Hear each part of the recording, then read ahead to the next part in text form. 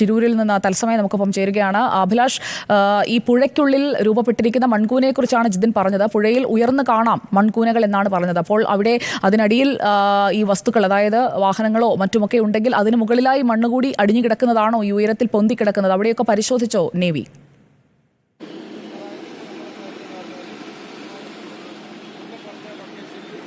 സുജിയ, ഇപ്പോൾ ഈ പരിശോധന നടക്കുന്നത് ഇപ്പോൾ ആർമി വന്നതിന് ശേഷം നേരത്തെ മണ്ണ് നീക്കിയ ഭാഗത്തുള്ള മണ്ണുകൾ പൂർണ്ണമായി നീക്കുന്ന ഒരു ജോലിയാണ് ഇവിടെ ചെയ്യുന്നത്. നിരവധി ഹിറ്റാച്ചികളും അതോടൊപ്പം തന്നെ ടിപ്പർ ലോറികളിലും വന്നുകൊണ്ട് ടിപ്പർ ലോറിയിലേക്ക് ഈ മണ്ണ് കയറ്റി അയക്കുന്ന ദൃശ്യങ്ങളാണ് നമ്മൾ ഇപ്പോൾ കാണുന്നത്. അതായത് ആർമി ഇക്കാര്യം ഏറ്റെടുത്തതിന് ശേഷം അതിവേഗതയിലാണ് പണികൾ ഈ പ്രവൃത്തി, ഈ ദൗത്യം പുരോഗമിക്കുന്നത് എന്ന് വേണം പറയാൻ. അതോടൊപ്പം തന്നെ കേരളത്തിൽ നിന്നെത്തിയ ദൗത്യ സംഘം, രഞ്ജിത്തടക്കമുള്ള ആളുകളും ഇവർക്കൊപ്പം ചേരുകയും ചെയ്യുന്നു. അത്തരത്തിൽ NDRF അടക്കമുള്ള ആളുകൾ ഇപ്പോൾ മാറി നിൽക്കുന്ന ഒരു സാഹചര്യം കൂടിയാണ്. ഏതായാലും ഇപ്പോൾ നേരത്തേതിൽ നിന്നൊക്കെ ഭിന്നമായി വളരെ വേഗത്തിൽ പണി മുന്നോട്ട് പോകുന്ന ഒരു സ്ഥിതിവിശേഷമുണ്ട്. അതോടൊപ്പം തന്നെ നേരത്തെ ചോദിച്ച ഒരു ചോദ്യം, ഈ പുഴയിലേക്ക് ഒഴുകി പോകാനുള്ള ഒരു സാധ്യത എത്രത്തോളം ഉണ്ട് എന്നുള്ളതാണ്. നമുക്ക് ഈ മലയുടെ ഉയരം നിന്ന് ഏതാണ്ട് 50 അടി ഉയരത്തിലാണ് ഈ മല ഇടിഞ്ഞ് താഴോട്ട് പതിച്ചിരിക്കുന്നത്. ഒരു പക്ഷേ ലോറി ഈ മണ്ണിനൊപ്പം ഈ പുഴയിലേക്ക് പോയിട്ടുണ്ടോ എന്നുള്ള കാര്യത്തിൽ എന്താണ് അത്തരത്തിലുള്ള സംശയം വരാനുള്ള കാരണം എന്നാണ് നേരത്തെ ഇവിടെ വന്നിരുന്ന റവന്യൂ മിനിസ്റ്റർ അടക്കം പറഞ്ഞത്. ഈ വാഹനം പുഴയിലേക്ക് ഒഴുകിപ്പോകാനുള്ള ഒരു സാധ്യതയുണ്ട് എന്നാണ്. ആ ഒരു സാധ്യത എന്താണ് എന്നും നമുക്കൊന്ന് പരിശോധിക്കാം. ഈ വാഹനം ഈ അടിത്തട്ടിലൂടെ മണ്ണ് ഒലിച്ച് ഈ വാഹനത്തെ തള്ളിക്കൊണ്ടുപോരുമോ എന്നുള്ള, അത്രയും വലിയ ഭാരമുള്ള വാഹനത്തെ തള്ളിക്കൊണ്ടുപോകുമോ എന്നുള്ളൊരു ചോദ്യമാണ്. പ്രധാനമായും ഏതാണ്ട് 40 ടണ്ണിലേറെ ഈ വാഹനത്തിന് വെയിറ്റ് ഉണ്ട്. അതോടൊപ്പം തന്നെ 32 അടിയോളം ഉയരം നീളം ഈ വാഹനത്തിനുണ്ട്. ഇത്രയും വലിയൊരു വാഹനത്തെ തള്ളിക്കൊണ്ടുപോകാൻ കഴിയുമോ എന്നുള്ളതാണ് ഒരു പ്രധാനപ്പെട്ട ചോദ്യം. അതൊരു സംശയമായി തന്നെ നിലനിൽക്കുകയും ചെയ്യുന്നു. പക്ഷേ അതിനുള്ളൊരു സാധ്യതയിലേക്കാണ് നമ്മൾ വിരൽ ചൂണ്ടുന്നത്. അതായത് ഈ ഭാഗത്ത് നിന്ന്, ഈ മലയുടെ ഈ ഭാഗത്ത് നിന്ന് ഈ മണ്ണ് ഇടിഞ്ഞതിന് ശേഷമാണ് ഈ പുഴയിലേക്ക് മണ്ണ് ഒഴുകിയെത്തുന്നത്, അതായത് തള്ളി വരുന്നത്. ഈ തള്ളി വന്നതിന് ശേഷം പുഴ ഏതാണ്ട് 150 മീറ്ററോളം നീളമുണ്ട് എന്നാണ്, വീതിയുണ്ട് എന്നാണ് നമുക്ക് മനസ്സിലാക്കാൻ കഴിയുന്നത്. ആ പുഴയുടെ മറുഭാഗത്ത് നോക്കൂ, ദൃശ്യങ്ങൾ വ്യക്തമായി കാണാം എന്നാണ് എനിക്ക് തോന്നുന്നത്. മറുഭാഗത്ത് ഈ വെള്ളം അങ്ങോട്ട് ഈ ഓളങ്ങൾ സൃഷ്ടിച്ച് അങ്ങോട്ട് മറിഞ്ഞതിന് ശേഷം അവിടെ ഏതാണ്ട് ഒരു 8 മീറ്ററോളം 7 മീറ്ററോളം ഉയരത്തിലേക്ക് വെള്ളം അടിച്ചു കയറിയതിൻ്റെ ദൃശ്യങ്ങളാണ് നമ്മൾ കാണുന്നത്. അവിടെ ഉണ്ടായിരുന്ന 4 വീടുകൾ നാമാവശേഷമായി മാറിയിട്ടുണ്ട്. അതായത് സെക്കൻഡുകൾ കൊണ്ട്, ഏതാണ്ട് 15-16 സെക്കൻഡുകൾക്കകം തന്നെ ഈ ഓളങ്ങൾ, വെള്ളങ്ങൾ സൃഷ്ടിച്ച ഓളം അവിടെ അടിച്ചതിന് ശേഷം അവിടെയുള്ള വീടുകൾ തകർന്നു പോയിട്ടുണ്ട്. വീഡിയോ ജേർണലിസ്റ്റിനോട് മൺകൂനകൾ ഒന്ന് ഫോക്കസ് ചെയ്യാൻ പറയുക. അഭിലാഷ്, നമ്മുടെ വീഡിയോ ജേർണലിസ്റ്റിനോട്, അഭിലാഷിനൊപ്പം തന്നെ നിൽക്കുകയാണല്ലോ, അതായത് അതൊന്ന് വൈഡാക്കി നമുക്ക് ആ മൺകൂനയുടെ ഒരു ഉയരം കൂടി കാണുന്നതിന് വേണ്ടിയാണ് ക്യാമറ ഒന്ന് വൈഡാക്കാൻ നമ്മുടെ വീഡിയോ ജേർണലിസ്റ്റിനോട് പറയുക. ഗംഗാവാലി പുഴയാണ് നമ്മൾ കാണുന്നത്. ആ പുഴ ഒഴുകുന്നു, അതിന് നടുക്ക് നോക്കൂ, മൺതിട്ട ഉയർന്നു നിൽക്കുകയാണ്. പുഴയുടെ അടിത്തട്ട് മുതൽ മണ്ണ് അടിഞ്ഞുകൂടി ആ മണ്ണിങ്ങനെ കൂമ്പാരമായി നിൽക്കുകയാണ്.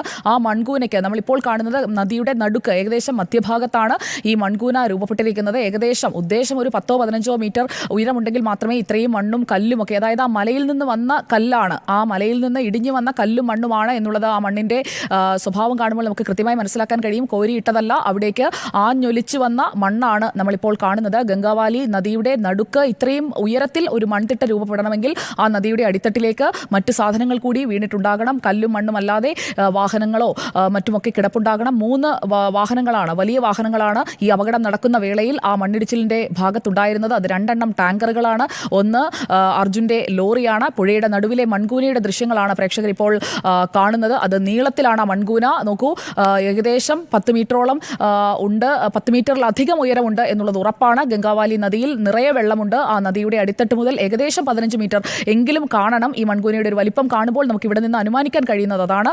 ആ മൺകൂന അത് ഇളക്കി പരിശോധിക്കുകയാണെങ്കിൽ ഒരുപക്ഷേ നമ്മുടെ വാഹനം അതിനടിയിൽ ഉണ്ടാകാനുള്ള സാധ്യതയുണ്ട്. കാരണം അത് ഈ മണ്ണിടിച്ചിലിൽ ഒഴുകി വന്ന മണ്ണാണ്. ഇത്രയും മണ്ണ് ആ നദിയിലേക്ക് പതിച്ചപ്പോഴായിരിക്കണം ഈ മൺകൂന കിടക്കുന്നതിന് നേരെ എതിർവശത്താണ് 3 വീടുകൾ തകർന്നത്. അതുകൊണ്ട് തന്നെ ഈ ദൃശ്യങ്ങൾ നമ്മളിപ്പോൾ കാണുന്ന അതിന് മറുഭാഗത്തുള്ള, നോക്കൂ, മറുകരയിലുള്ള വീടുകളാണ് ഇടിഞ്ഞത്. 3 വീടുകൾ ഇടിഞ്ഞത് മറുകരയിൽ നമുക്ക് കാണാം. അവിടെയും മണ്ണിടിഞ്ഞിട്ടുണ്ട്. അതായത് ഈ പുഴയിൽ പലയിടങ്ങളിലായി മൺകൂനകൾ രൂപപ്പെട്ടിട്ടുണ്ട്. അഭിലാഷ്, ആ മൺകൂനകളിലേക്ക് ഒന്ന് സൂം ചെയ്യാൻ നമ്മുടെ വീഡിയോ ജേർണലിസ്റ്റിനോട് പറയാം. നോക്കൂ, നദിയുടെ കരയിൽ, അതായത് ഈ ദേശീയപാതയോട് ചേർന്നുള്ള കരയിൽ അത് മണ്ണ് കോരിയിട്ടതാണ്. എന്നാൽ നദിക്കുള്ളിൽ നോക്കൂ, നദിക്കുള്ളിലും മൺകൂനകൾ ഇതേ ഉയരത്തിൽ തന്നെ, അതായത് നമ്മൾ കാണുന്ന തറനിരപ്പിന്, അതായത് ഈ റോഡിന്റെ നിരപ്പിന് സമാന്തരമായി തന്നെ നദിയിലും ഈ മൺകൂന രൂപപ്പെട്ടിരിക്കുന്നു. ഇതിന് രണ്ടിനും ഒരേ ഉയരമാണ്. നദിക്ക് ചുരുങ്ങിയ പക്ഷം 10 മീറ്ററെങ്കിലും ആഴമുണ്ടാകും. അപ്പോൾ ആ ആഴത്തിന് മുകളിലേക്ക് മൺകൂന വന്ന് നിൽക്കുകയാണ്. ഒരേ നിരപ്പിൽ ആ മൺകൂന നിൽക്കുന്നു. 3 മൺകൂനകളാണ് അവിടെയുള്ളത്. 2 ഹൈറ്റ് കുറവാണ്, നടുവിലത്തേതിന് ഹൈറ്റ് ഉണ്ട്. അതായത് നീളത്തിൽ ഒരു എന്തോ വസ്തു അതിനടിയിൽ ഉണ്ടെങ്കിൽ ഈ രീതിയിൽ മണ്ണ് അതിനെ പൊതിഞ്ഞ് അതിൻ്റെ മുകളിൽ ഡിപ്പോസിറ്റായി കിടക്കാനുള്ള സാധ്യതയുമുണ്ട്. ഒരു പക്ഷേ നമ്മുടെ വണ്ടിയാകാം. സാധ്യത മാത്രമാണ്. അർജുൻ ജീവനോടെ തിരിച്ചു വരണമെന്ന് ആത്മാർത്ഥമായി നമ്മൾ ആഗ്രഹിക്കുമ്പോഴും ഈ മൺകൂനയ്ക്ക് താഴെയാണോ ആ വണ്ടി എന്നുള്ള ഒരു ആശങ്ക നമ്മെ പിടികൂടുകയാണ്.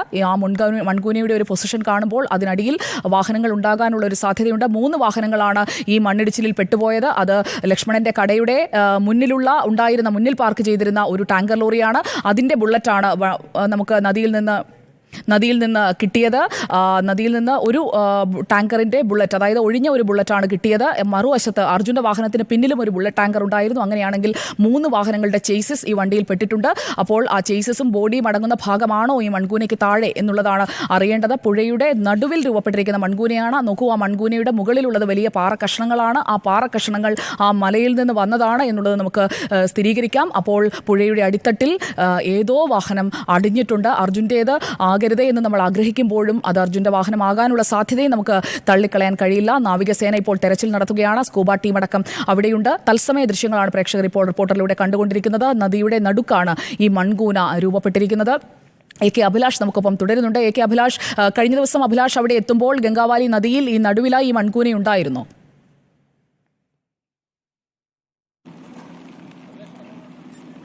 തീർച്ചയായിട്ടും അന്നും ഈ മൺകൂനയുണ്ടായിരുന്നു. അത് തന്നെയാണ് ഇതിലൊരു പ്രധാനപ്പെട്ട സംശയം.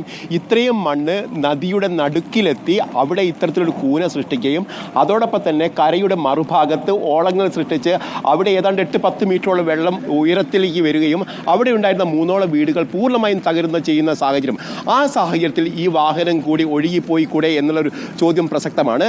മറ്റൊരു സാധ്യത എന്ന് പറയുന്നത് ഈ വാഹനം പൂർണ്ണമായും നദിയിലേക്ക് വീഴാതിരിക്കുകയും ഇപ്പോൾ നമ്മൾ നിൽക്കുന്ന ഈ സ്ഥലത്തിന് തൊട്ടടുത്ത്, അതായത് നദിക്ക് എത്തുന്നതിന് മുമ്പ് തന്നെ ഈ താഴ്വാരത്തിലേക്ക് വീഴാനുള്ള സാധ്യത കൂടിയുണ്ട്. അങ്ങനെയാണെങ്കിൽ ഇപ്പോൾ ഇട്ടിരിക്കുന്ന ഈ ദൗത്യത്തിൻ്റെ ഭാഗമായി ഇപ്പോൾ മാറ്റിയിരിക്കുന്ന ഈ മണ്ണ് കൂടി അതിൻ്റെ മുകളിൽ കടക്കാനുള്ള ഒരു സാധ്യതയുണ്ട്. അതുതന്നെയാണ് ഇപ്പോൾ പറയുന്നത്. ഡ്രഡ്ജിങ് അടക്കമുള്ള സംവിധാനങ്ങൾ ഉണ്ടെങ്കിൽ മാത്രമേ ഇവിടെ രക്ഷാദൗത്യം പൂർത്തീകരിക്കാൻ കഴിയൂ എന്നുള്ളതാണ് ഒരു സാധ്യത. ഇവിടെയാണ് ഇവിടെ നിൽക്കാനുള്ള സാധ്യത വളരെ കൂടുതലാണ് എന്ന് വേണം പറയാൻ. മറ്റൊന്ന്, ഇപ്പോൾ ഉള്ള ഈ നമ്മളിപ്പോൾ മണ്ണെടുത്തുകൊണ്ടിരിക്കുന്ന ഈ ആർമി സംഘം മണ്ണെടുത്തുകൊണ്ടിരിക്കുന്ന ഈ ഭാഗത്ത് കുറച്ചുകൂടി ഇപ്പോൾ ആ മഞ്ഞ JCB മണ്ണെടുക്കുന്നതിനും കുറച്ചുകൂടി ആ ഭാഗത്ത് ഈ മംഗലാപുരം ഭാഗത്തേക്ക് അവിടെ ഇനിയും മണ്ണെടുക്കാനുണ്ട്. അവിടെ ഇനിയും ഏതാണ്ട് 14 അടിയോളം ഉയരത്തിലുള്ള മണ്ണുണ്ട്. അവിടെയും ഇതിനുള്ള ഒരു സാധ്യതയുണ്ട്. കാരണം ഇവിടെ അഭിലാഷ് ഒരിക്കൽ കൂടി ഇടപെടുകയാണ്. അഭിലാഷ്, നമ്മളിപ്പോൾ നമ്മൾ തെരച്ചിൽ നടത്തുന്ന ഭാഗത്ത് അർജുന്റെ വണ്ടി നിർത്തിയിട്ടിരുന്നു എന്ന 3 ദൃക്സാക്ഷികൾ റിപ്പോർട്ടറിലൂടെ സ്ഥിരീകരിച്ചതാണ്. അപകടം നടക്കുന്നതിന് അരമണിക്കൂർ മുൻപ് വരെയും അവിടെ ആ വണ്ടി ഉണ്ടായിരുന്നു എന്നുള്ളത് ഉറപ്പിച്ചതാണ്. ആ അപകടത്തിൽ അർജുൻ്റെ വണ്ടി പെട്ടിട്ടുണ്ട് എന്നുള്ളത് നമുക്ക് ഉറപ്പായ കാര്യമാണ്. കാരണം അപകടമുണ്ടായ സമയമാണ് അവസാനമായി GPS സിഗ്നൽ കിട്ടിയിരിക്കുന്നത്. ഇപ്പോൾ നദിയിൽ രൂപപ്പെട്ടിരിക്കുന്ന മൺകൂന, ആ മൺകൂനയുടെ ഒരു വലിപ്പം അത് വെച്ച് നോക്കുമ്പോൾ 3 വാഹനങ്ങളുടെ ഭാഗങ്ങൾ കിട്ടേണ്ടതുണ്ട്, അല്ലെങ്കിൽ 3 വാഹനങ്ങൾ കണ്ടെത്തേണ്ടതുണ്ട്. ഒരു ബുള്ളറ്റ് ടാങ്കറിൻ്റെ ബുള്ളറ്റ് പാർട്ട് മാത്രമാണ് നമുക്ക് നദിയിൽ നിന്ന് കിട്ടിയത്. അഭിലാഷ്, അവിടെ നിന്ന് കിട്ടിയ വിവരങ്ങൾ കൂടി ചേർത്ത് വെച്ച് ഞാൻ ഈ പറയുന്നതിനോട് കൂട്ടിച്ചേർക്കണമെന്ന് ഞാൻ അഭ്യർത്ഥിക്കുകയാണ്. അതായത് 3 വലിയ വാഹനങ്ങൾ അവിടെ നിന്ന് കാണാതായിട്ടുണ്ട്. അതിലൊന്ന് അർജുൻ്റെ 300 തടിക്കഷ്ണങ്ങളുള്ള 40 ടണ്ണോളം ഭാരം വരുന്ന ലോറിയാണ്. മറ്റൊന്ന് ഒഴിഞ്ഞ ബുള്ളറ്റ്, അതായത് ഇന്ധനം നിറയ്ക്കാത്ത ഒരു ബുള്ളറ്റ് ടാങ്കറാണ്. മറ്റൊന്ന് ഇന്ധനം നിറച്ച ഒരു ബുള്ളറ്റ് ടാങ്കറാണ്. അപ്പോൾ 2 ടാങ്കറുകളും ഒരു ലോറിയുമാണ് ഈ മണ്ണിടിച്ചിലിൽ പെട്ടിട്ടുള്ളത്. അത് കൃത്യമായി അതുവഴി പോയ ദൃക്സാക്ഷികൾ നൽകുന്ന വിവരങ്ങളാണ്. ഈ വാഹനങ്ങളുടെ ഒന്നും ബോഡി പാർട്സ് ഇതുവരെയും കിട്ടിയിട്ടില്ല. ആകെ ഒരു ഒഴിഞ്ഞ ബുള്ളറ്റ് മാത്രമാണ് അവിടെ നിന്ന് കണ്ടെടുക്കാൻ കഴിഞ്ഞത്. അങ്ങനെ തന്നെയല്ലേ അഭിലാഷ്?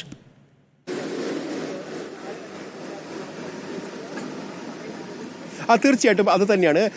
അതായത് ആ വാഹനം നിർത്തിയിടാനുള്ള സ്പേസ് റോഡിൽ നിന്ന് മാറി അകത്തേക്ക് ഉണ്ടായിരുന്നു എന്നുള്ളതാണ് അതിൽ പ്രധാനപ്പെട്ട കാര്യം. അതായത് അവിടെ ഇനിയും ഉള്ളോട്ട് മണ്ണെടുക്കാനുണ്ട് എന്ന് തന്നെ നമ്മൾ കരുതണം. അങ്ങനെയാണെങ്കിൽ അവിടെ ഇപ്പോഴും 14, 15, 16 അടി വരെ ഉയരത്തിൽ മണ്ണുണ്ട് എന്നാണ് നമുക്ക് മനസ്സിലാക്കുന്നത്. ആ നിലയിൽ ഒരു പക്ഷേ അവിടെ തന്നെ ആ വാഹനം കിടക്കാനുള്ള സാധ്യതയുണ്ട്. അത് ഏതാണ്ട് 50 മീറ്ററോളം നീളം അപ്പുറം വരെയുണ്ട്, ആ മംഗലാപുരം സൈഡ് വരെയുണ്ട്.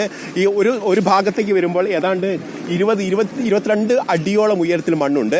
ആ മണ്ണ് പൂർണ്ണമായും നീക്കം ചെയ്താൽ മാത്രമേ ഈ വാഹനം ഇവിടെ ഉണ്ടോ എന്ന് കൃത്യമായി പറയാൻ കഴിയും. അതിലൊരു സ്ഥിരീകരണത്തിന് പറ്റൂ. അതിന് ഇനിയും സമയമെടുക്കും. അവിടെയുള്ള മണ്ണ് പൂർണ്ണമായും നീക്കം ചെയ്യേണ്ടതുണ്ട്. ഏതാണ്ട് 15 അടിയോളം ഉള്ളോട്ട് ആ സ്പേസ് ഉണ്ട്. ആ സ്പേസിലുള്ള മണ്ണ് നീക്കം ചെയ്യുകയാണ് ഇപ്പോൾ. ആ പ്രവൃത്തിയാണ് പൂർണ്ണാർത്ഥത്തിൽ അല്ലെങ്കിൽ വളരെ ഗൗരവത്തോടു കൂടി തന്നെ മുന്നോട്ട് പോകുന്നത്. അവിടെ ഹിറ്റാച്ചികൾ ഉപയോഗിച്ച് ടിപ്പർ ലോറികളിലേക്ക് മണ്ണുകൾ അതിവേഗം ദ്രുതഗതിയിൽ ആ മണ്ണ് നീക്കിക്കൊണ്ടിരിക്കുകയാണ്.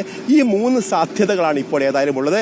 ഈ 3 സാധ്യതകൾ ഏതാണ് ഇപ്പോഴുള്ളത് എന്നുള്ള കാര്യത്തിലേക്കാണ് ഇപ്പോൾ പരിശോധന നടക്കേണ്ടത്. ഇതിൽ പ്രധാനപ്പെട്ട കാര്യം ഈ നദിക്കടിയിൽ നേരത്തെ സുജിയെ സൂചിപ്പിച്ചതുപോലെ ഈ മൺതിട്ടകൾക്കടിയിലേക്ക് ഈ വാഹനം പതിച്ചു കിടക്കുന്നുണ്ടോ? അർജുൻ സഞ്ചരിച്ചിരുന്ന വാഹനവും അതോടൊപ്പം തന്നെ നേരത്തെ സൂചിപ്പിച്ചതുപോലെ ഒരു ലോറിയും അതോടൊപ്പം തന്നെ ഒരു വാഗണറും ആ വണ്ടികൾ അതിനുള്ളിൽ ഉണ്ടോ എന്നുള്ള ചോദ്യം വളരെ പ്രസക്തമാണ്. കാരണം അത്രയേറെ ഈ ശക്തിയുണ്ട് ഈ മണ്ണ് ഇടിച്ചിലിന്.